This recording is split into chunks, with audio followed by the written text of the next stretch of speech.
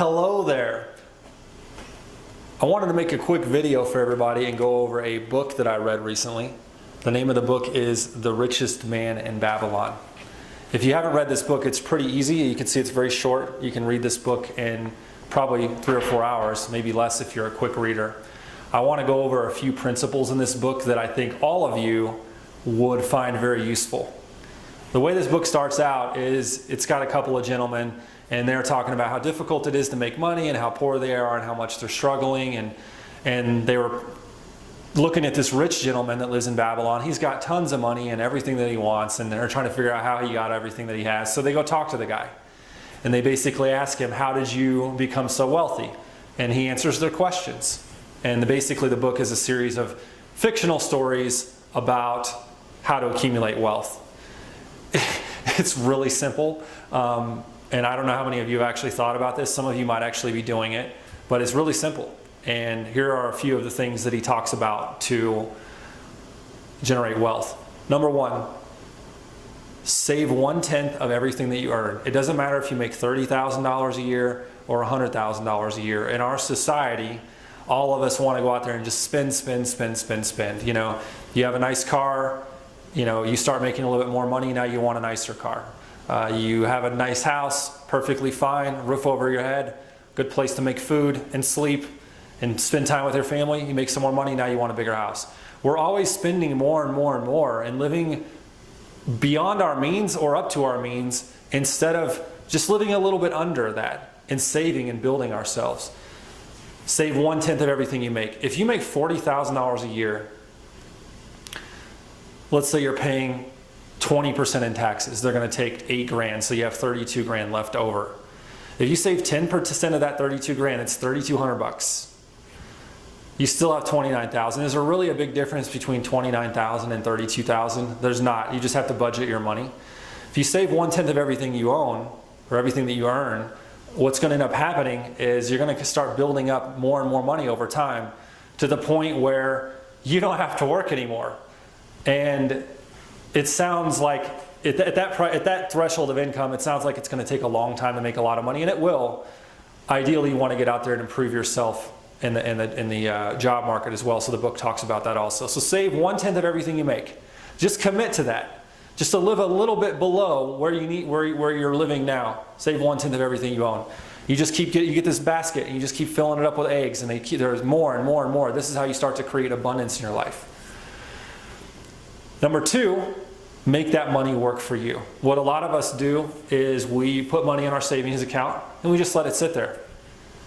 I don't know how many people watching this video are aware of this or not, but historically, the dollar, it loses about 3% of value per year. So if you put $1,000 in the bank right now, a year from now, it's still $1,000, but that $1,000 doesn't go as far. It's worth about 3% less. 3% of $1,000 is 30 bucks. It doesn't sound like a lot, but you've just lost $30 by leaving that money sitting in the bank.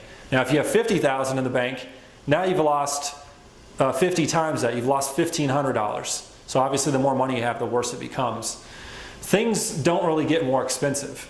Like we live in Denver right now. Houses are going up in value. Everything is getting expensive. These pieces of property are not worth any more than they were 10 years ago. Money is worth less. The money doesn't go as far. It's worth less in our market. Everything is inflated. The value of money has gone down. So the more you save money like that, the more money you're basically giving money away. So when you save that 1/10 of your income, you want to use that money to work for you. Make that money work for you. How can you do that? Investing. If you don't know much about investing, find a financial advisor. Read some books on investing. I've read several books on investing. It's awesome. I mean, you can easily invest your money and draw 10% interest off of it. That means if you take that $1,000 and put it in an investment, whether it's a 401k or whatever the case may be, a Roth IRA, there's all kinds of things that you can do that I'm not going to go into right now. If you draw 10% interest on that $1,000, now you make 100 bucks for the year. It's free money. You've done nothing. You've taken virtually no time whatsoever to make that money. Now, if you have $50,000 and you invested at 10% interest, now that's $5,000 a year. I mean, for some people, that's their car payment. It'll pay your car payment for you. In the book, they say, have your gold, I can't remember exactly how they said it, but basically have your gold basically your gold has babies, like it has copper or silver offspring, and then those babies have babies, and those, because that money compounds. So if you put $1,000 in an investment that you know for sure is going to draw 10% interest, a year from now it's worth $1,100. If you leave it in there now, the next year you're drawing 10% interest on $1,100, not just $1,000. It just keeps compounding to be more and more and more. So that's the second principle.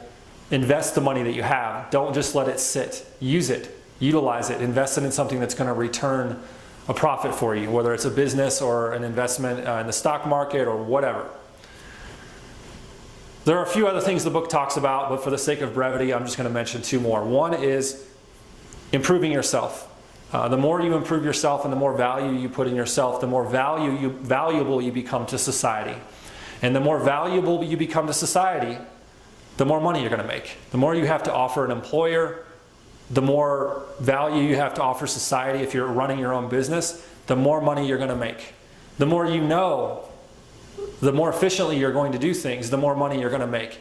And then instead of $3,200 a year that you're saving, which is 10%, 1/10 of what you make, now you're making $120,000 a year and you're keeping 1/10 of that or more. You could keep more than 1/10. 1/10 of 120 grand a year is 12,000 a year. Imagine if you save 12,000 a year and invest that for 10 years, you've got hundreds of thousands of dollars at this point, okay? Now ideally, if you're smart, if you're making 120,000 a year, you only spend 50. Now you got 70,000 a year to invest. You'll be retired within a few years if you choose to be. That's how fast it can take off. But in order to make that kind of money, you have to put value into yourself. Because if you don't have something to bring to the marketplace that's considered valuable by others, then they're not going to pay you enough money to get to a higher level more quickly. And the last thing, and it's probably one of the most important things the book talks about, is the value of work. Most of my life I worked for another person or a company and made what they were willing to pay me, and I lived a reactive lifestyle. I'm waiting for someone else to tell me when to clock in. I'm waiting for someone else to tell me when to clock out. I'm waiting for someone else to give me a paycheck. And outside of that, I'm reacting to a lot of different things in life. You can also be proactive.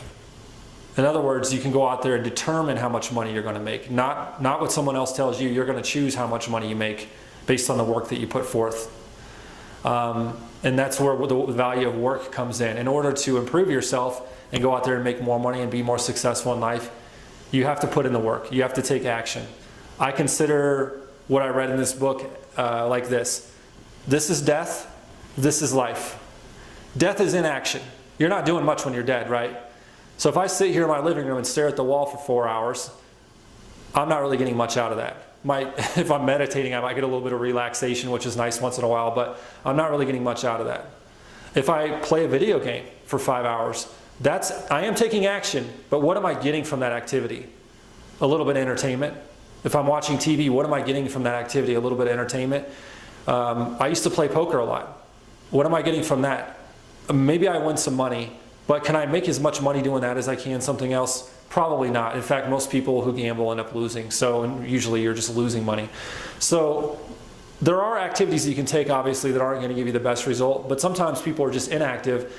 I'm going to wait till tomorrow to do it. I'm going to wait until next week to do it. And when they do it, they don't do it, that activity with passion and enthusiasm. They don't put their all into it. They don't commit to whatever they're doing.